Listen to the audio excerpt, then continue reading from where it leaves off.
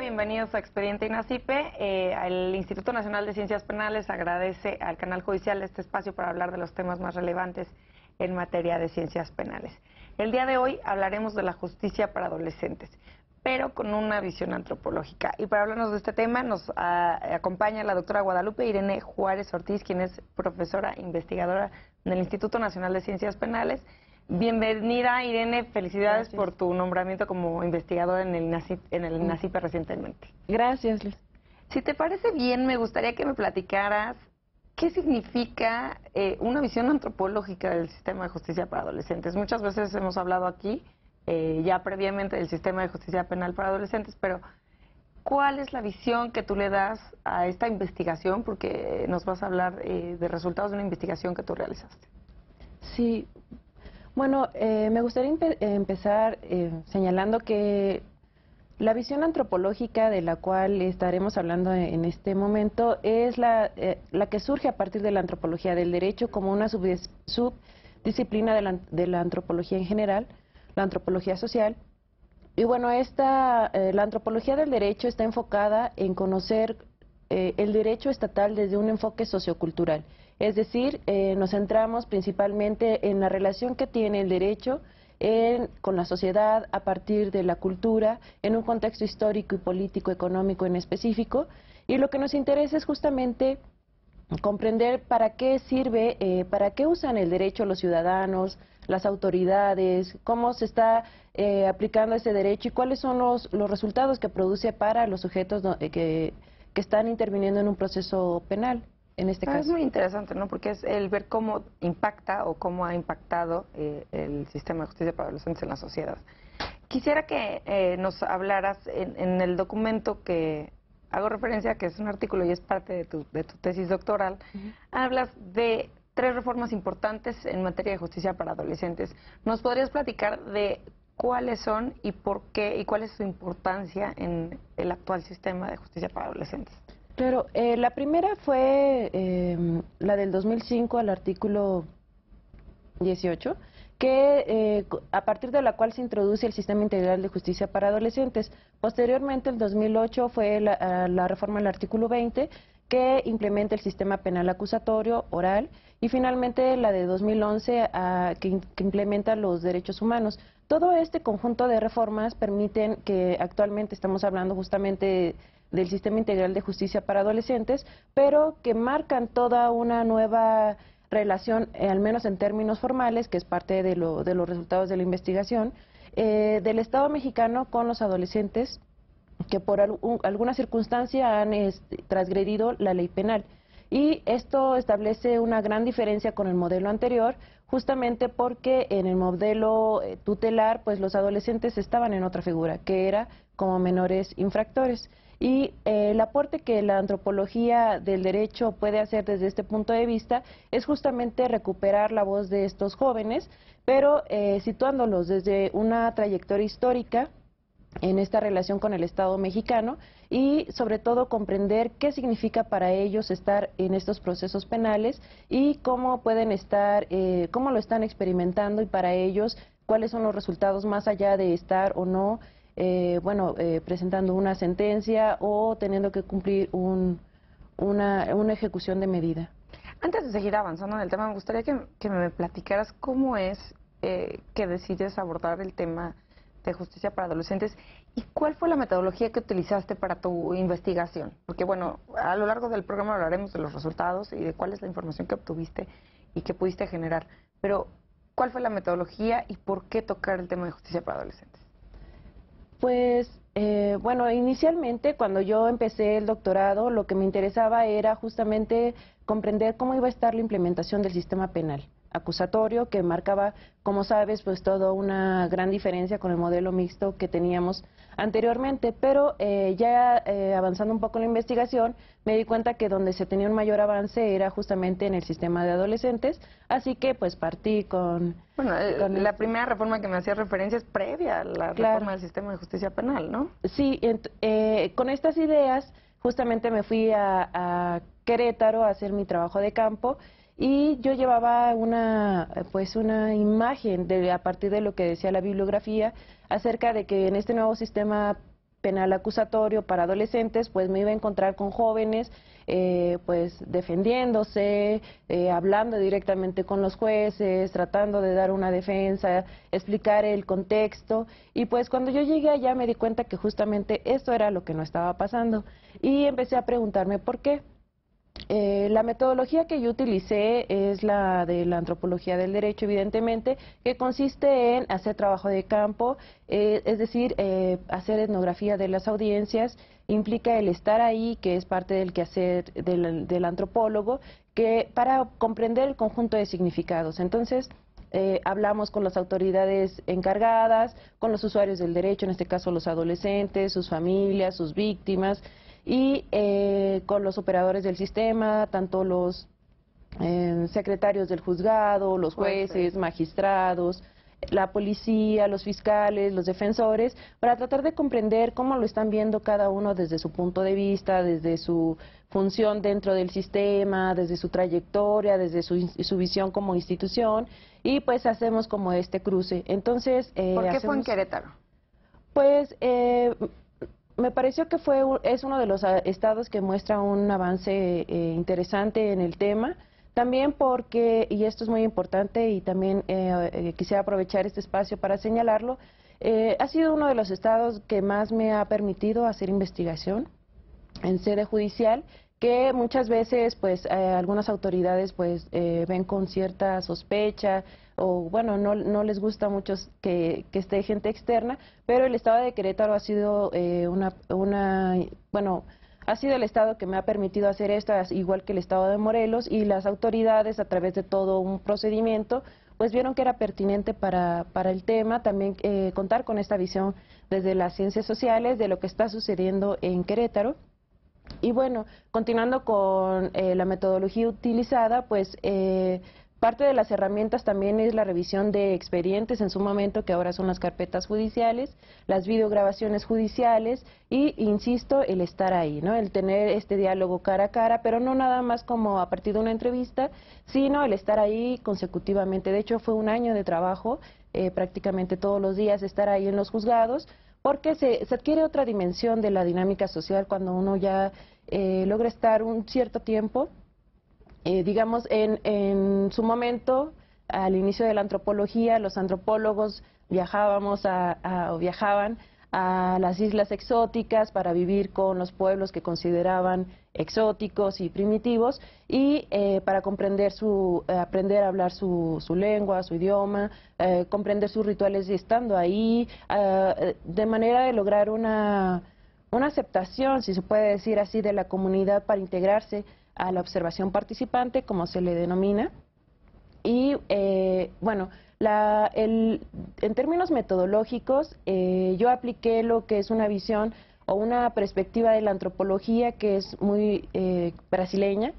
Durante el doctorado tuve la oportunidad de hacer una estancia en Brasilia con el profesor Luis Roberto Cardoso de Oliveira, que es uno de los máximos representantes del tema, y lo que ya están haciendo los brasileños desde hace varias décadas, en comparación con México principalmente, es que ellos dijeron, lo importante también para la antropología es comprendernos a nosotros mismos, no nada más o específicamente a los grupos indígenas, sino vamos a exotizar nuestros tribunales, vamos a exotizar, a desnaturalizar nuestras cortes, vamos a entrevistar a nuestros jueces, vamos y conozcamos qué están viviendo, cómo lo están viviendo las personas, las mujeres, los niños, y pues incorporé esta perspectiva, esta forma de trabajo, y se complementó pues con toda esta estancia que tuve la oportunidad de hacer en Querétaro, y pues básicamente fue la metodología que utilicé.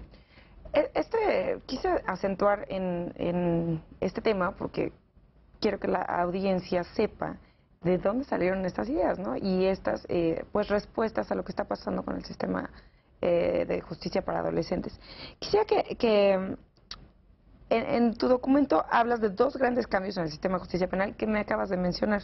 Uno es el cambio de paradigma tutelar a un paradigma garantista en el sistema de justicia penal de adolescentes. ¿Qué quiere decir estos cambios?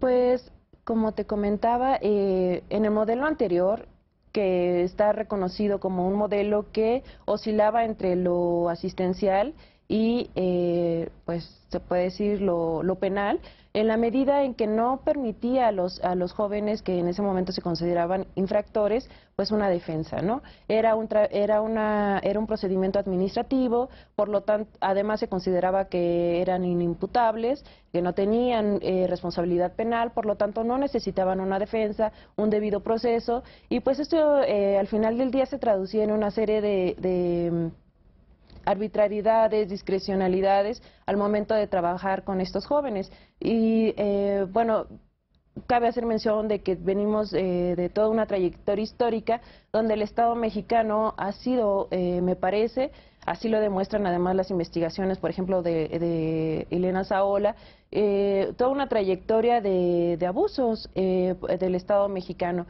que muchas veces, más bien, en un interés por proteger a estos jóvenes, pues en realidad los confinaba a una relación donde no tenían ni voz ni voto, que no podían opinar, que no eran escuchados por una visión completamente adultocentrista, que estaba más preocupado por que no anduvieran en un riesgo, ¿no? Incluso se hablaba de los menores en riesgo, no importaba que no hubieran cometido una infracción a la ley, pero lo importante es que pudieran estar. Entonces los jóvenes, en esta investigación que ella realiza, podían ser detenidos hasta por viajar de mosca, ¿no? Estar cerca de los bares, no ir a la escuela. Y esto también, y me parece que lamentablemente continúa siendo, estaba muy relacionado con que estos niños y adolescentes venían de los estratos más pobres de la sociedad. Entonces ha sido todo un devenir histórico de esta relación, que ahora con este nuevo sistema pues se pretende, se está luchando por realmente romper con esta dinámica, y me parece que lo central es que ahora como sujetos de derechos realmente pueden el Estado tiene la obligación de garantizarles un debido proceso, una defensa técnica adecuada, la especialización de sus operadores y ser escuchados, ¿no? Me parece muy interesante estos puntos, y otro que no se acentuó, que es el que ellos son infractores. O sea, los adolescentes previo a estas reformas y al cambio del sistema de justicia penal acusatorio no cometían delitos, solo infracciones, o sea, eran de cuestión administrativa. Los adolescentes no eran sujetos de derecho penal, y ahora sí. Exacto. Ese es el gran eje de esta reforma. Incluso los especialistas señalan que es una de las mayores reformas en el sistema penal mexicano de los últimos tiempos, porque justamente vuelve a los adolescentes al campo judicial, al campo penal, para ahora sí darles todas las herramientas para un debido proceso. Sí, porque tú nos hablabas de, bueno, cuáles son los beneficios de esto, ¿no? De que se les cuiden, se les respeten los derechos humanos, como un poquito un sistema más garantista, pero también quien lo escuchara de fuera diría, bueno, pero es que ahora sí los van a sentenciar por delitos, entonces tampoco es solamente benéfico para los adolescentes, ¿no? También para el Estado. Pero bueno, más adelante profundizaremos un poquito más en el tema, pero tenemos que hacer una pausa y regresamos. Al auditorio, por favor, continúen con nosotros, estamos en Expediente INACIPE.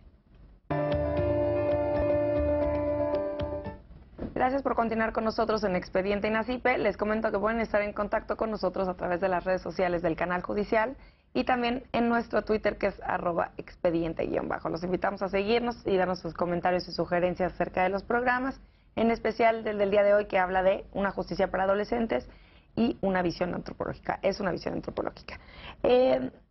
Irene, antes de irnos a la pausa, yo te cerraba el tema diciendo, bueno, los adolescentes con estas reformas se vuelven sujetos del derecho penal. Y tú hablabas de las bondades de estas reformas, ¿no? Sí, ¿por qué es bueno para los adolescentes ser sujetos del derecho penal? Podría sonar contradictorio. ¿Por qué es bueno? Pues, como señalábamos en el momento, hace un momento, a partir de este devenir histórico y de este tipo de relación que el Estado había establecido con los adolescentes, sí hay un cambio. Es el que ahora sean sujetos de derecho, marca un parteaguas completamente en nuestra forma de relacionarnos con ellos, porque ahora, insisto, se les permite una defensa, pero además una defensa técnica adecuada, especializada, y todos los operadores deben de estar especializados, y además, pues todo lo que implica el debido proceso penal, la igualdad de la parte que acusa con la parte ¿Les que aplica el defiende. Código Nacional de Procedimientos Penales a los adolescentes? Solamente existe la Ley General de Justicia para Adolescentes y en algunas cuestiones, según entiendo, hay una supletoriedad en estos temas, bueno, en cierto tipo de delitos. Pero a mí lo que me gustaría destacar en este punto es que, si bien, insisto, ha sido un gran avance que ahora los adolescentes sean considerados como sujetos de derecho, es muy importante señalar que también esto tiene que verse con mucho cuidado. ¿Por qué? Porque generalmente en México, bueno, me parece que en todas las sociedades, se tiende a considerar una suerte de formalismo mágico, es decir, a creer que una vez que está establecido en la ley, eso se aplica se desarrolla directamente, casi de manera mágica, en la realidad, y esto es peligroso. ¿Por qué? Porque justamente lo que los estudios antropológicos empiezan a mostrar, y considerando, insisto, siempre la cuestión en una mirada panorámica histórica, es que actualmente, si bien ya existe este nuevo modelo, en la realidad existen todavía muchas cosas que se tienen que seguir profundizando, avanzando. Por ejemplo, yo mencionaba al inicio de la entrevista que justamente cuando elegí el tema, yo quería ir a escuchar a estos jóvenes, ¿no? A través de esta revisión histórica, pues veía que habían sido sujeto de muchas arbitrariedades, y entonces me emocionaba mucho la idea de que, wow, voy ahora, así como todo ha cambiado, voy a ir a encontrarme pues estas audiencias y estos jóvenes defendiendo sus derechos, y fue lo que yo no encontré, salvo muy contados casos, los jóvenes hablan. Y pues yo preguntaba a los operadores del sistema por qué no hablaban. Y entonces pues me decían algunos que pues porque son indiferentes, son rebeldes. ¿Se les comunica que tienen derecho Claro. a participar, ¿no? Porque eso es importante. Muchas Claro. veces no hablan porque no saben, no conocen, y pues esto es un cambio reciente. Sí. Si no han tenido algún contacto previo con el sistema, no conocen. Sí. Entonces, estos jueces, pudiste preguntarles, ¿sabes cómo les comunican o quién es quien le comunica al adolescente cómo funciona el sistema? Claro, incluso es una de las formalidades del sistema del juicio, y en la etapa en cada una de las audiencias los jueces se refieren a ellos directamente y les preguntan si sus defensores les han comunicado de qué se va a tratar y si ellos quieren hacer algún tipo de manifestación o quieren declarar ya en la etapa de juicio. Pero este es el punto más central que me parece. O sea, formalmente la ley así lo señala, el procedimiento así está, la oportunidad se da. Pero la pregunta vuelve a ser, ¿y por qué estos jóvenes no hablan? Si el juez les está diciendo que puedes hablar, ¿no? Y pues ahí, a partir de esa pregunta, me fui haciendo todo el recorrido y primero pues te señalaba, cuando yo preguntaba a los operadores del sistema, a las autoridades, me decían que era por indiferentes o rebeldes, o porque pues en realidad no tienen ningún tipo de interés en la vida, casi. Pero después, cuando yo entrevistaba a los jóvenes, a través de sus trayectorias de vida y dentro del proceso penal, pues lo que era recurrente es, punto número uno, ellos provienen de unos contextos marcados generalmente por la violencia. Es decir, lamentablemente continúan siendo los clientes del sistema, pues los jóvenes mayoritariamente de estratos pobres. Y en este punto también me gustaría avanzar más adelante. Punto número dos, cuando son detenidos, generalmente muchos de ellos señalan que recibieron malos tratos de los agentes del Estado, es particularmente de la policía, que los llevan a hacer recorridos en la patrulla, que los van amenazando, o incluso dentro de ya de las agencias del Ministerio Público. Si bien la ley establece que los padres deben de estar en todo momento, así como el defensor, existen ciertas prácticas que provienen del modelo anterior, más inquisitorial, donde pues ciertas estrategias para dilatar la presencia del defensor o o de los padres a través de que fírmele aquí, ahorita lo pasamos, pero mientras el joven está con estas autoridades que los están posiblemente amedrentando. Sí, incluso esto es algo que los jóvenes refieren constantemente y, por ejemplo, hay estudios también realizados por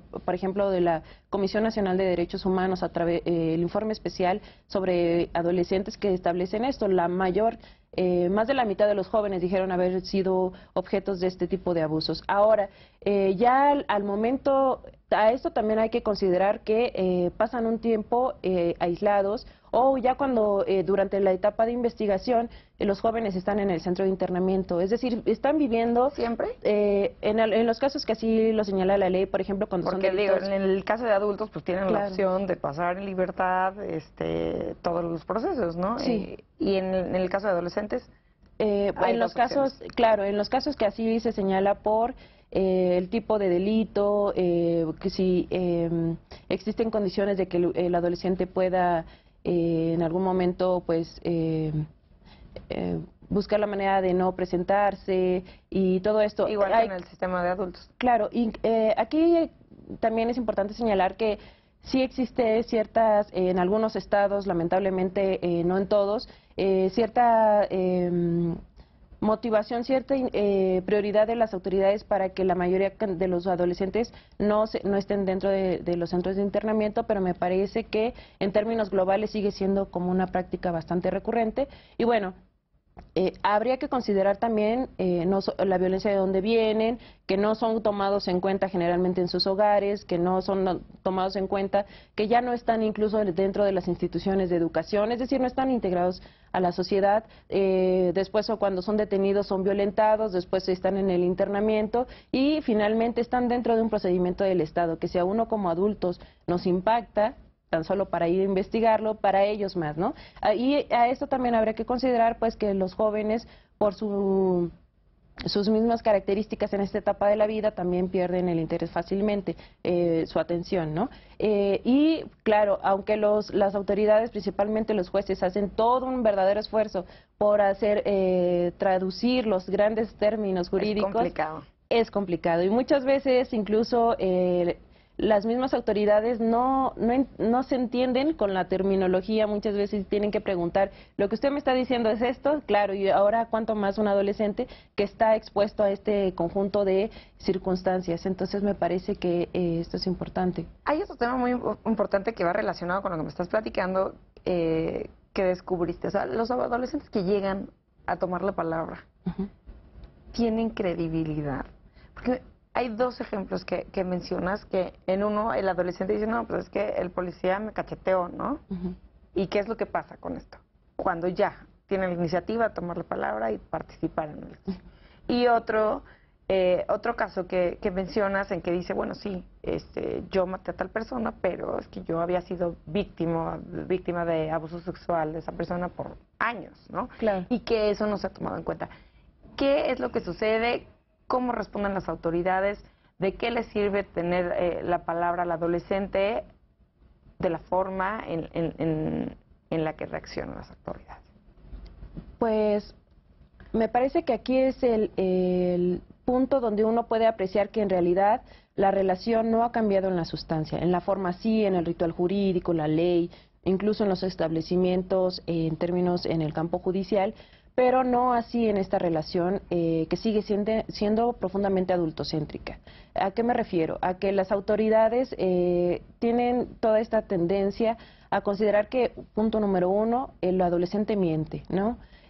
Punto número dos, que el adolescente realmente por, ya sea sus condiciones sociales o particulares del caso, pues en realidad no, casi que no sabe lo que le conviene, ¿no? Y bueno, el punto aquí me parece es que todo esto debe de ser entendido también en un contexto histórico del cual provenimos, insisto, que venimos de nuestra tradición y nuestro sistema jurídico mexicano, pues de esta tradición inquisitiva, mixta, pero finalmente de esta tendencia, donde se sigue con un fuerte apego a cuestiones, lo que se denomina, por ejemplo, en Brasil, como el ethos inquisitorial, como este espíritu, como esta sustancia que continúa haciendo que los operadores del sistema partan de la sospecha, ¿no? de la persona señalada como probable responsable de un delito. Y, por ejemplo, ahora un punto que me parece fundamental es que el papel que juegan los defensores en este nuevo sistema. Anteriormente, ya a finales del modelo, más bien a inicios de la década de los 90, ya se había implementado la figura del promotor dentro del sistema anterior, que era pues justamente el que desarrollaba esta representación del adolescente. En vez del defensor. Sí, pero llama la atención que incluso ellos tenían algunas facultades, como incluso en primer lugar no tenían la misma jerarquía, no tenían la misma posición dentro del sistema, que insisto era administrativo, pero aún así eran como autoridades que no tenían tanta importancia dentro del mismo modelo. También, incluso en algún momento, ellos podían en un momento anterior histórico, señalar que pedir penas medidas más severas para los adolescentes. Entonces, pues casi, pues no me ayudes, compadre, ¿no? Claro. Contrario, claro. Sí, entonces ahora, pues la importancia de todas estas reformas es la figura del defensor, y me parece que ellos, los defensores, están en una gran cruzada por defender a estos jóvenes, pero con toda una inercia institucional, que me parece que si bien ahora el nuevo sistema establece la igualdad procesal de las partes, en la práctica, digamos ya en la vida cotidiana, más allá de la ley, pues lo que uno puede apreciar justamente son estas prácticas que continúan siendo de parte del órgano acusador, como retardar ciertas pruebas, tan solo el simple hecho de que ellos tengan pues una serie de peritos y de personal a su cargo que los ayuda en su tarea de acusación, que bueno, que ahí hay un punto de debate donde dicen que pues siendo el órgano acusador, pues en realidad él es el que tiene mayor trabajo que desempeñar, por eso requiere una mayor la carga capacidad. De la prueba recae sobre exacto. Y que por tanto pues el defensor en realidad solamente tiene que defenderse, pero en ese solamente se puede ir la vida, porque los defensores, pues ahora insisto, las defensorías públicas están dando grandes avances, se están constituyendo como centros de institutos de capacitación, están adquiriendo mejores presupuestos, pero aquí la lucha me parece es para erradicar toda una inercia cultural, una inercia histórica de cómo el sistema penal ve al sujeto que está siendo juzgado, y en este caso los adolescentes, que antes los veían como menores que sin capacidad de hacer frente pues a su responsabilidad penal, pero también como incapaces. Entonces era el papá Estado protector que buscaba el mejor beneficio en su mejor entender, que era pues de que estés en la calle, pues mejor te interno y ahí vas a seguir estudiando, vas a comer, pero que sigue siendo una visión bastante limitada del papel de lo que debe de ser el Estado. Entonces me parece que este nuevo modelo enfrenta pues grandes retos. Pues es el famoso cambio de chip que Exacto. hablábamos del sistema de justicia penal acusatoria. O sea, todavía no se ha logrado el cambio de chip. Y muchos de los problemas que tú me estás mencionando, yo considero que pueden ser por algo que la ley nacional también señala, que es la... se me fue la palabra, la especificación. O sea, que tienen que ser especialistas, la especialización. Claro. Tiene que haber operadores especializados en el sistema de justicia penal para adolescentes. ¿Esto existe? Sí, hay algunos... Defensores sobre todo. Por ejemplo, Claro. sabemos que existen fiscalías para adolescentes, ministerios públicos para adolescentes, pero volvemos a la igualdad en este nuevo sistema. ¿Existen defensores públicos y aparte suficientes que tengan especialización en adolescentes? Y aparte, otro tema, ¿en qué consiste ese grado de especialidad? ¿Qué puede soportar la especialización de un operador del sistema de justicia penal para adolescentes? Pues sí existen instituciones que están impartiendo ciertos cursos de especialización. Pero uno de los principales puntos que también muestra la investigación es que básicamente nadie sabe exactamente cuál sería el grado. La ley establece ciertos criterios: conocer justamente las cuestiones técnicas del sistema, conocer la especificación del sujeto adolescente, sus características, pero ya cuando uno profundiza y ya con los operadores que están en el cotidiano trabajando con ellos, se da cuenta, nos podemos dar cuenta de que en realidad no existe un criterio general de quién va a impartir la especialización, con qué criterios, cuántas horas, cuáles son los temas, cómo se va a aprobar. Y lo que están haciendo justamente ante la falta de estos criterios y de estas instituciones que estén llevando la voz cantante de establecer estos criterios, en los estados muchas veces lo que se hace es o toman algún curso pequeño sobre el tema, o en la práctica, a vuelo, ¿no? Horas de vuelo, como se dice pues en esos espacios, muchas veces de manera informal, y es que se le asigna un defensor que acompaña un defensor que acaba de entrar al sistema. Se le pide que acompañe a alguien que ya lleva más tiempo en el campo, en la defensa del adolescente, para que empiece a observar cómo es y sea esta capacitación en la práctica. Pero me parece que hace falta y con urgencia que el Estado mexicano también invierta en este tipo de capacitación y establezca los criterios estables y digamos generalizados para señalar o para definir quién está especializado y quién no. Otro punto dentro de la especialización es que bueno, en lo que yo he estado haciendo investigación de campo, te señalo en estos dos estados, pero me parece que se puede generalizar, es que no existe ni el defensor ni el fiscal, y muchas veces tampoco los jueces señalan en sus argumentos la especificidad del sujeto. Es decir, no he escuchado una defensa que establezca, se mire, señor juez, considerando pues la condición biológica, la condición social de este joven, el nivel o la cuestión de la importancia que juegan las hormonas, la cuestión de la búsqueda de identidad. Su situación de adolescente. Exacto, la búsqueda de identidad. Tampoco he escuchado que se refieran a estos jóvenes o en estos casos pidiendo a la autoridad que se juzgue a partir de la perspectiva de género, y me parece que esto es fundamental porque justamente la perspectiva de género, uno de sus supuestos o de sus argumentos principales es que el hecho de que el derecho esté planteado a partir de este modelo para aplicarse a un hombre blanco, heterosexual y de clase media alta, deja afuera a todos los demás sujetos.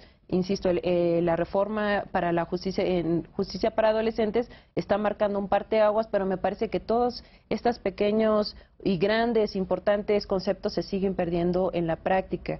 Y, por ejemplo, para juzgar a las jóvenes que terminan implicadas en casos de delincuencia organizada, y hace falta que se establezcan estos criterios de quién es esta joven y en el contexto cultural, por qué está acompañando a esta persona o qué papel estaba jugando dentro de la supuesta organización, o incluso las relaciones de poder, cómo estaba este sujeto dentro de las relaciones de poder de su entorno, para conocer justamente cuáles eran las posibilidades reales de estos jóvenes al momento de cometer o no la conducta que se está en litigio. Entonces me parece que son estos importantes puntos que todavía hace falta que el Estado mexicano realmente invierta y se comprometa. Sí, porque se habla de una ley nacional del Sistema Integral para Adolescentes, de Sistema Integral de Justicia Penal para Adolescentes, que se publica el último día antes de que tenga que iniciar el sistema de justicia penal acusatorio en vigor en todo el país. Yo creo que este es otro de los puntos por los cuales todavía falta mucho por hacer. O sea, esta ley, que es una ley nacional y muy ambiciosa, que quisiera que regresando del corte platicáramos un poco de ella, sale al final de este proceso de 8 años de implementación de la reforma de justicia penal acusatoria. Pero quisiera que me dieras tu opinión regresando del corte. Al auditorio, por favor, continúen con nosotros. Estamos en Expediente INACIPE. Gracias por continuar con nosotros en Expediente INACIPE. Les recuerdo nuevamente que pueden estar en contacto con nosotros a través de nuestro Twitter, que es @expediente_. Los invito a seguirnos y darnos sus comentarios y sugerencias. El día de hoy estamos hablando del sistema de justicia penal para adolescentes, una visión antropológica. Irene, antes de irnos a la pausa, yo te dejaba de decir, bueno, ya tienes tú detectados todas estas situaciones que todavía le falta mucho por avanzar y por consolidarse a este sistema integral de justicia para adolescentes. Pero te decía, bueno, sí, claro, pero esta ley salió al final de la implementación del sistema de justicia penal acusatorio. No solo eso, sino es una ley nacional que yo considero que es muy ambiciosa. Es una ley muy completa. Me pareció una ley de primer mundo, ¿no? Que es más difícil, pues también de empezar a operar. Es una ley que contempla prevención del delito. Es una ley que contempla hasta la parte de ejecución de sanciones. Este sistema integral ya se encuentra en ley. ¿Qué le falta para funcionar al 100%? Pues sí, efectivamente es una ley amplia, es una ley que merece ser revisada y merece que todos, tanto las autoridades como la sociedad civil, los académicos, estemos observándola, pero, y bueno, justamente porque ya sabemos que la ley, que una cosa es que esté en la ley y otra cosa es que se aplique. Lo importante, me parece, desde todo este devenir histórico, es en qué está invirtiendo el Estado, me parece, al momento de generar sus políticas públicas y de invertir, pues, en programas, en establecimientos, en apoyos hacia los jóvenes. Porque si el Estado continúa estando más preocupado por cómo sancionarlos o cómo establecerles esta experiencia de legalidad de la que tanto hablan los jueces, que están más preocupados como Estado mexicano en mostrar al adolescente que si transgrede la ley penal va a haber una sanción, pues ¿dónde está la otra parte de esa experiencia? Que es mostrarle que ellos como sujetos de derecho tienen la posibilidad de exigir al Estado, pues no solo que existan establecimientos particulares para ellos en el internamiento o un debido proceso, sino antes de que cometan estos delitos, ¿no?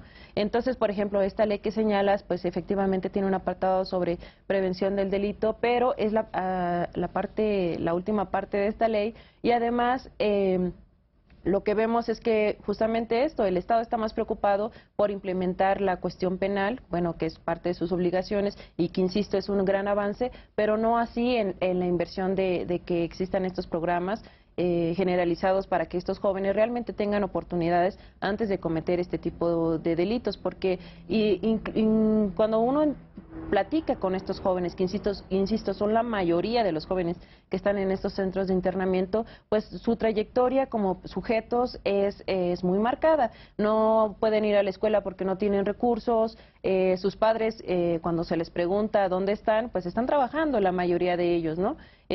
Con 2 o 3 jornadas laborales, estos jóvenes además no tienen espacios donde ellos puedan desarrollarse justamente como jóvenes. No se les está preguntando qué necesitas tú como joven, sino ya al momento de que están puertas cerradas ante un juez, que se les pregunta si quieren intervenir. Lo que estos jóvenes me relataban es que muchas veces ellos consideran que es mejor no hablar porque pues esta vieja frase de que todo lo que diga puede ser usado en su contra, pero de una manera me parece que en los jóvenes es más recalcitrante, en la medida de que si bien el Estado y la función final de este procedimiento penal es socioeducativa, la pregunta es qué les estamos enseñando a estos jóvenes, que el Estado está listo para sancionarlos cuando transgreden la ley o que el Estado realmente está preocupado porque ellos experimenten la legalidad en un sentido amplio donde ellos sean reconocidos y tratados como sujetos con dignidad, con una capacidad de decidir sobre ellos, con una realmente una posibilidad de regresar a la sociedad como sujetos que pueden hacer un cambio, ¿no? Una participación como agentes de cambio de su sociedad. Irene, ¿podrías dar una breve conclusión de el resultado de tu investigación?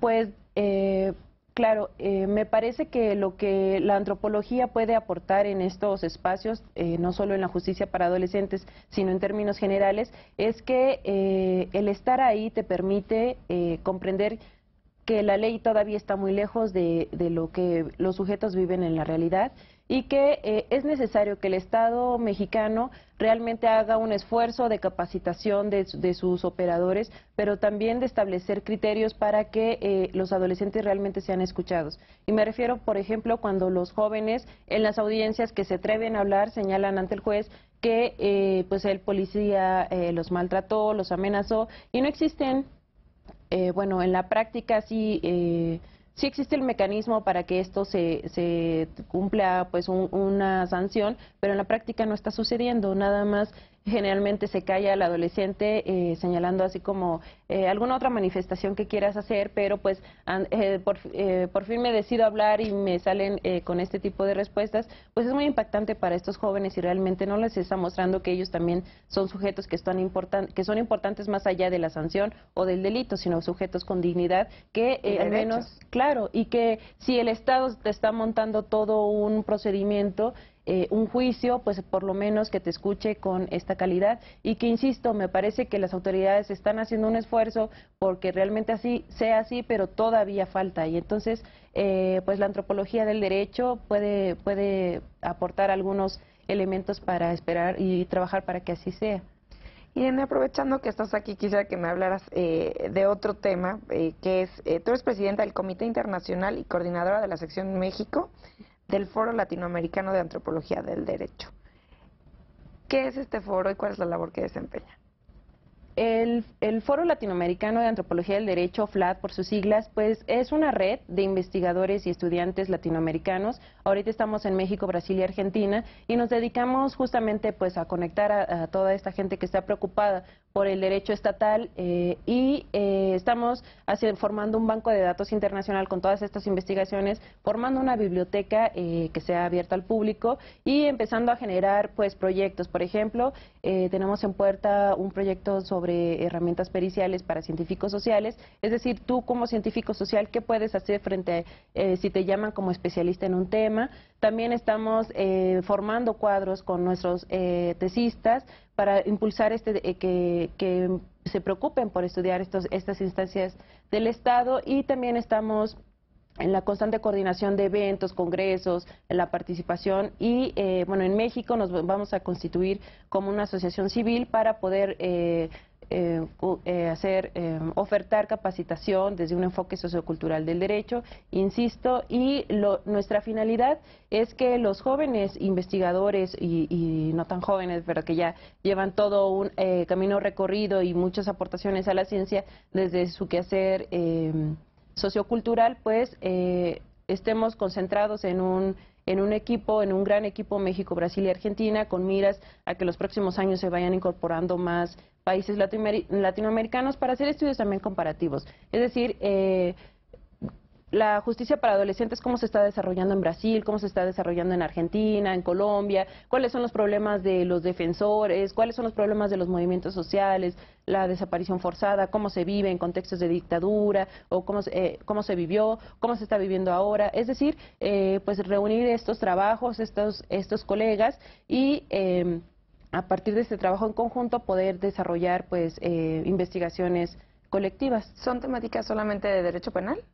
No, son de todo el derecho estatal y aquí me gustaría señalar que en México también ha sido muy importante la labor que ha desarrollado bueno, y en toda Latinoamérica, la Red Latinoamericana de Antropología Jurídica, la RELAJU, que han sido nuestros profesores en la mayoría de nuestros casos. Y la pequeña diferencia que nosotros establecemos es que el RELAJU ha estado más concentrado en comprender y en estudiar, etnografiar la justicia para indígenas, donde están implicados los indígenas, y nosotros estamos más concentrados en la cuestión estatal.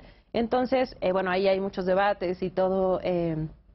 Pues estamos en este diálogo, pero me parece que lo importante es que la academia también se sume, ¿no?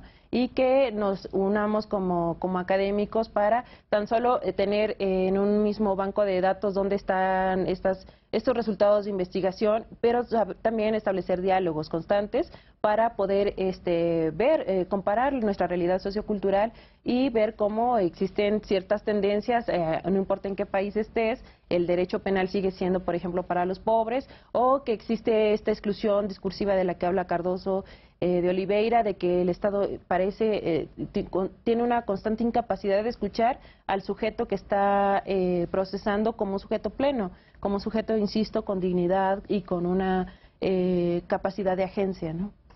Irene, también te estamos dando la bienvenida como investigadora, profesora investigadora en el Instituto Nacional de Ciencias Penales. ¿Por qué decides participar en la convocatoria para ser una investigadora del INACIPE? ¿Y qué quiere decir para ti ser investigadora? Pues yo participé en esta convocatoria con mucha ilusión de integrarme al equipo de investigadores del INACIPE, porque evidentemente es la institución, como su nombre lo indica, que tiene pues un alto compromiso, pero también un gran avance en materia penal. Y me parece que justamente en esta cuestión histórica en México, donde hemos estado los antropólogos más centrados, que ha sido en la cuestión indígena, salvo algunas excepciones como los trabajos de Azaola y otros colegas, me parece que es importante que también los antropólogos empecemos a participar en estos espacios desde las ciencias penales, desde el derecho del Estado, pues aportando, tratando de aportar, de dialogar, de debatir, de aportar esta visión antropológica, este enfoque sociocultural a los temas que tanto nos duelen como país y que tanto necesitamos como sociedad mexicana. ¿En qué temas cabe la antropología? En todos, sí, claro, porque lo que nos interesa es el sujeto dentro de su contexto cultural y histórico, político, insisto, pero donde exista, me parece, sin ser demasiado amplia, me parece que en cualquier espacio donde existan las personas como comunidad, donde se tengan que analizar relaciones de poder, donde se tengan que analizar derechos, donde se tengan que... La interacción social, ahí cabe y es oportuno la interacción o la participación de los antropólogos y sobre todo los antropólogos que hacemos antropología jurídica, del derecho y demás. ¿Cuál será tu temática de investigación en el Instituto Nacional de Ciencias Penales? Pues yo seguiré en esta línea de justicia para adolescentes y ahora lo que me interesa, bueno, en un primer momento en el doctorado estudié el proceso en general de justicia para adolescentes, luego a partir de una oportunidad de una beca postdoctoral en la UNAM, estudié la Defensoría Pública especializada en adolescentes y ahora lo que me interesa a partir de esta inserción en el INACIPE es estudiar la parte de la intervención de la policía y de los ministerios públicos en relación a la justicia para adolescentes y pues cuál es el papel que ellos están desempeñando, cuáles son también los obstáculos que ellos enfrentan como institución, como operadores de un sistema y justamente qué es lo que uno como investigador desde las ciencias sociales puede aportar a este tema. Los resultados de esta investigación, ¿cuánto dura la investigación que realizarás? Ahorita está planteada para 3 años. Y los resultados de esta investigación se publican, ¿no? Claro. Posteriormente. Pues estaremos muy al pendiente de los resultados de esta investigación. Sabemos que se necesita todavía avanzar mucho en capacitación y especialización de los operadores del sistema de justicia penal para adolescentes y te agradecemos muchísimo que hayas venido a platicarnos de este tema. Al auditorio les agradezco que nos hayan acompañado el día de hoy y los invito a que nos acompañen la próxima semana en un nuevo programa de Expediente INACIPE.